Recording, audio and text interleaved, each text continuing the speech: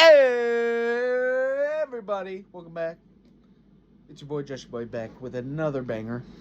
So I'm here to talk about the 2024 Bears NFL Draft picks.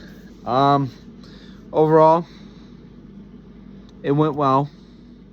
I would say definitely. Day one was probably the greatest draft day ever as a Bears fan, especially round one. And then after that, I'm not saying that these picks were not good. They aren't, by the way. It's just not much. When it's well, let me look. 6 rounds, only 3 players. It gets a little boring. Well, originally it was 2, but then it was 3. But I'll get to that in a minute. Anyways, I'm gonna cut the shit and get to the picks. And also, I'm so bad. I can't go at the top of my head. My big old dome. I can't think of them on top of my head. I can't remember their names. Can't remember nothing. Can't remember the colleges. Can't remember nothing. But I can't even remember nothing. Anyways, so the first pick, obviously the Bears took Caleb Williams from USC. Let's be honest, we were expecting this. If they didn't take Caleb Williams, Chicago would have burned down. It would have been Chicago, the Chicago Fire 2. They would have made a sequel. But yeah, they took Caleb, and thank God they did, because I was also sitting there like, they better not take Daniel Daniels. If they take Daniel Daniels, I might cry. I might cry like a baby. But yeah, they got Caleb. Thank God they did, because this guy, what I've been told by so many people, that he's generational. And I think he is definitely just so much better than the QBs we've had in the past 500 years. Prospect-wise. So, I hope he does turn out, because damn it, we need that. And then, you think, oh, well, that's pretty good for a first round. They weren't done, because at number 9, round 1, pick number 9, I just want to say this quick, and I know that we're not doing a full NFL, full mock draft, because okay, so Caleb, then it was Daniel Daniels to Washington. Oh, okay. Drake May to the Patriots, good pick. Marvin Harris to the Cardinals. Makes sense. Joe Awat, that one was a little surprising, but also good surprising. Okay, Malik Neighbors to the Giants, good one. Okay. The Tennessee Titans took a tackle. That's good, very good. So everything was going pretty well overall, nothing too crazy. And then all of a sudden, the Falcons just pulled up and just said, oh, I can't find it. Nope, that ain't it. Let's look here. Ding, ding! We're going to stir this draft up! We're going to draft Michael Penix! That wasn't the thing I wanted to grab. I wanted to grab a turd, because that's how the Falcons did yesterday. Also, my heart is beating like a mile per hour. Ooh, I should probably stop. But yeah, I don't know what the hell that was, Atlanta. You just paid Kirk Cousins $180 million for 4 years to then draft a QB at 8, round 1, who is, what? Is he 23 or 24? To sit behind him, what I've been told, for 3 years, and when he does eventually start, he's gonna be 28 years old! What is this? Ah! Okay, we're moving on. Okay. So the Chicago Bears got out Romeo Odunze. Awesome, man. I mean, I was Caleb Williams, we knew, but we had to we had to. If Romeo somehow, or Malik Neighbors, fell to 9 on our laps, we had to take him. If we didn't take him, I would have cried. Although, almost puked there. Jeez, I'm telling you, something's going on here. Ooh. But they took Romeo Doomsday, thank God. Because, well, I wouldn't say thank God, because, I mean, to be fair, we have DJ Moore and Keenan Allen. But let's be honest. Keenan Allen is 32 years old. So he's going to probably have like maybe 2-3 years left in the tank. He'll probably retire as a Bear, I think. I don't know. It's a 1-year deal, realistically, with the Bears. So, but this is great because, I mean, Romeo Doomsday is going to be singing with Caleb Williams for a long time, hopefully. And those two will... 1-9, man. Caleb and Romeo. That is A+ right there. To get Romeo Doomsday. You know why? Because thanks to the Falcons... Stupid alert! Retard alert! Because of them, we got Romeo Doomsday. So thank you, Falcons. For your absolute stupidity, we got Romeo Doomsday. Thank you. No, but seriously, this is what Atlanta sounded like for... I know I'm going to do it again. Just watch. Wait, maybe I got another one. Do I have another one in here? Oh, no, I don't. Yeah, crap. Could have been double whammy. But basically, this is what Atlanta and Falcon fans were in their head. Hello! What the fuck are we doing? Okay, I'm done. I promise that's it.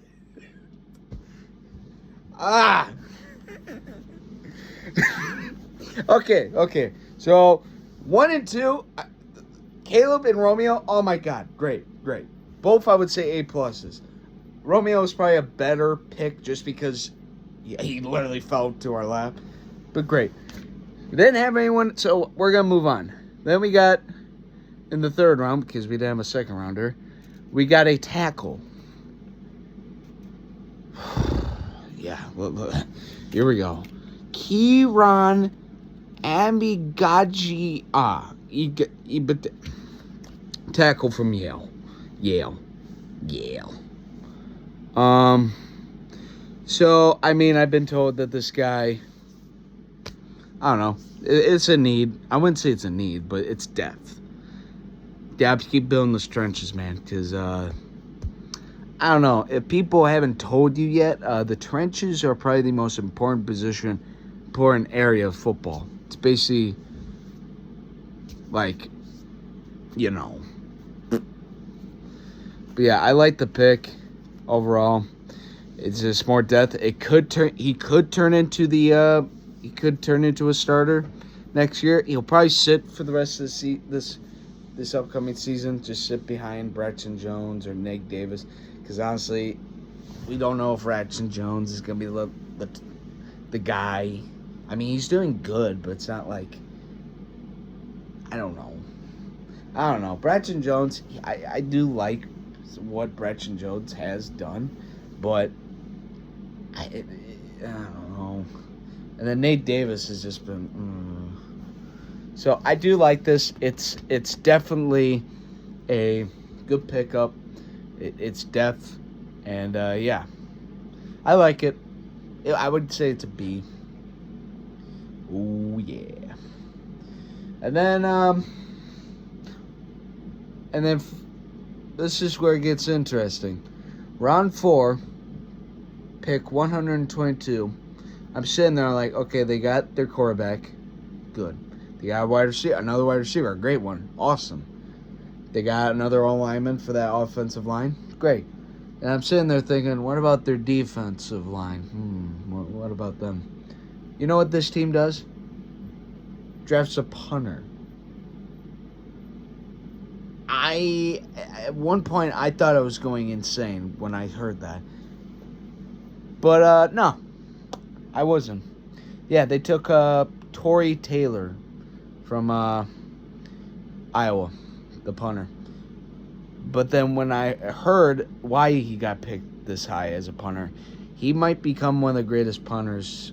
Was one of the good reasons why Iowa was pretty decently good last year, because how accurate his punts are.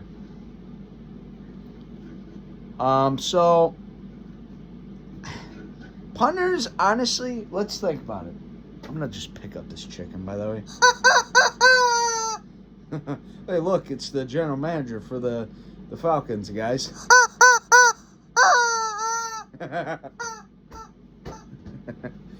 Anyways, Tor Taylor. It's a good pickup, you know. What was his name? Pat Gill, right? For us, was not panning out. He was one of the worst punters. So honestly, yeah, it's a big upgrade. Because if he is still like he was in Iowa, but obviously we saw Caleb tweeted to him and said, "Oh, we're not gonna have to punt." Well, we know this team, don't we? They'll punt at least 10 times a game, so maybe this was a good pickup after all. I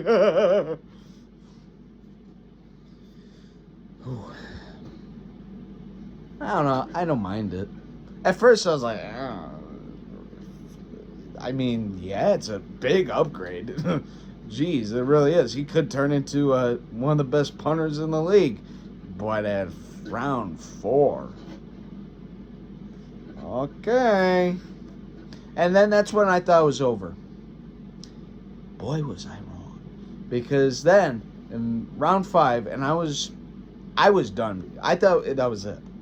Because that's where it was cut out. Right there, literally. That what I just read was all that they had. Until they traded back in the draft for the Bills, which was originally our pick, to draft Austin Booker, edge from Kansas. And I thought, oh, okay, so there's an edge. Okay, good. And then I heard that this guy's being compared to as a Max Crosby. The length, his skills, and him dropping dramatically for some reason.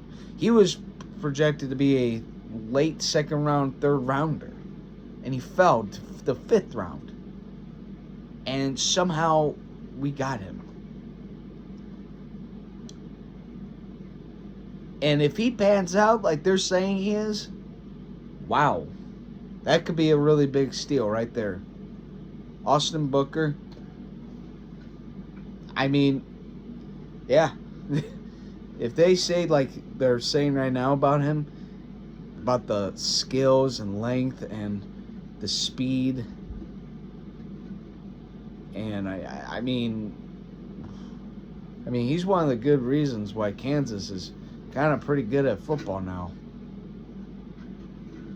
So, yeah. So that's pretty much it overall. So if I had to say, so Caleb Williams, we got the QB, we got Romeo Dusday, another wide receiver, Kieran, I'm just going to say his first name, his last name. Some of these names.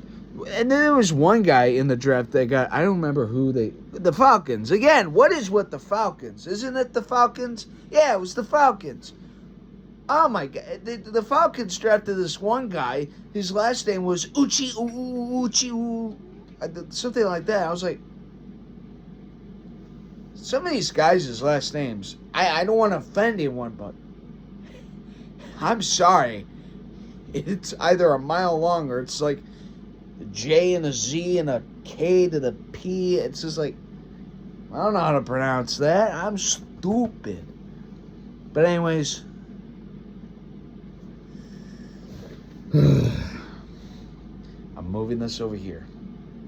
Not gonna ring it. I promise you. I'm done ringing the idiot alert. Actually, that probably should be a thing. I should put like idiot alert. Hello, idiot. We got retard alert. Anyways.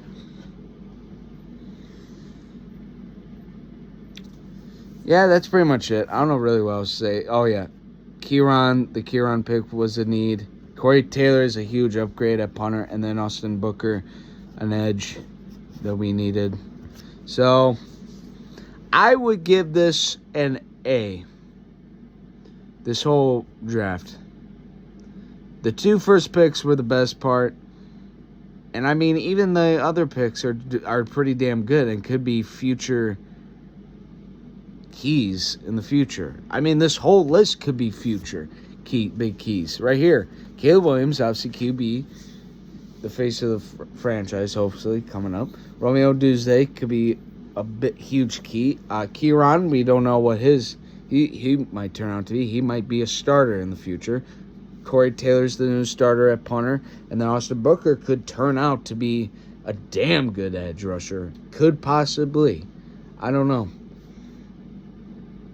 That's just something we're just going to have to find out, I guess. But anyways, the draft is over. I got to see teams take guys. Yeah. I got to watch the Falcons be stupid. I don't know. I mean, in the division, Vikings got J.J. McCarthy and Dallas Turner. We'll see what that happens with them. The Packers, really all they got was a tackle that apparently tore his ACL twice. Oh, that's always good. And then the Lions probably are the second of the best of us because then they got one of the better, if not the best, corner in the draft, which will help them a lot, by the way. So, yeah, that's pretty much all. So, I don't know. I'm just happy not to be a Falcons fan. Oh, man. I don't know what the hell they were thinking. I don't know what they were on. And then there was that video, by the way, of the Falcons where the GM is literally trying to explain the owner why they did that. And, I mean, the owner's face explains it all.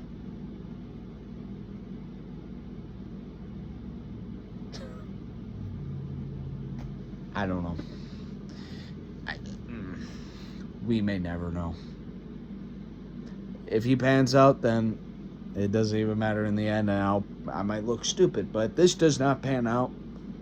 Oh, this is going to age well, but could age poorly. So we'll see. And hopefully these players on this list that I wrote pan out too. So that's all for today. Just wanted to talk about the draft. And I don't know when you're ever gonna see me again.